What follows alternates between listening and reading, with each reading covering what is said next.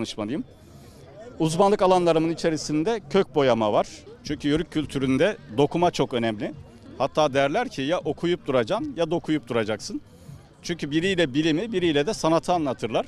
Tarihsel süreci MÖ 4000-5000'li yıllara kadar dayanıyor.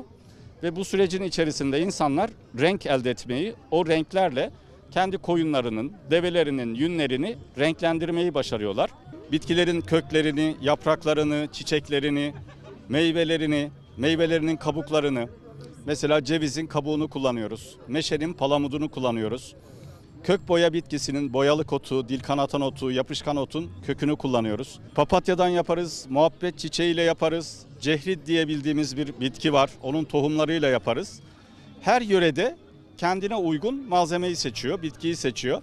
Çünkü Antalya'da papatya çok güzel, boyacı papatyası. Ama Orta Anadolu'ya ya da Karadeniz'e gittiğinizde o kadar güzel olmuyor.